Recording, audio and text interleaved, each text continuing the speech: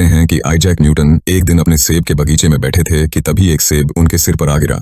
इस घटना से उन्हें पहली बार पृथ्वी के गुरुत्वाकर्षण बल के बारे में पता चला कि पृथ्वी में कोई शक्ति है जिससे वह सभी वस्तुओं को अपनी ओर खींचती है। न्यूटन पैदा हुए थे 16वीं-17वीं सदी में, लेकिन क्या आप जानते हैं कि पृथ्वी के गुरुत्व बल के बारे में सबसे पहले लिखा गया था न्यूटन के पैदा होने से लगभग 1000 वर्ष पहले।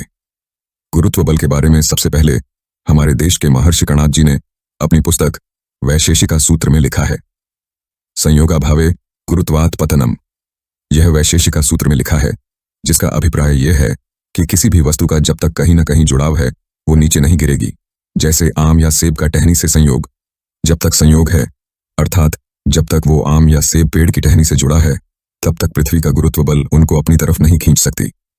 जैसे ही संयोग का अभाव होगा, यानी जैसे ही वो आम या सेब का जुड़ाव टहनी से खत्म हो जाएगा, गुरुत्व के कारण वो पृथ्वी पर गिर जाएंगे। वैशेषिका सूत्र में लिखा एक और उदाहरण आपको बताते हैं, अपान संयोगाभावे गुरुत्वात् पतनम, अर्थात संयोजन के अभाव में पानी का गिरना भी गुरुत्वाकर्षण बल के कारण होता है। इसका अर्थ यह है कि क्योंकि पानी किसी भी वस्तु से नहीं जुड़ी रहती है, इसलिए पानी पृथ्वी के गुरुत्व बल के कारण ही नीचे गिरता है। गुरुत्व शब्द सबसे पहले वैशेषिका सूत्र में पढ़ने को मिलता है।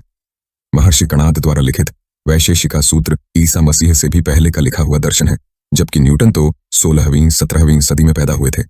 यह जानने के बाद भी क्या आप ग्रेविटेशनल फोर्स को डिस्कवर करने का श्रेय न्यूटन को दोगे या महर्षि कणाद जी को?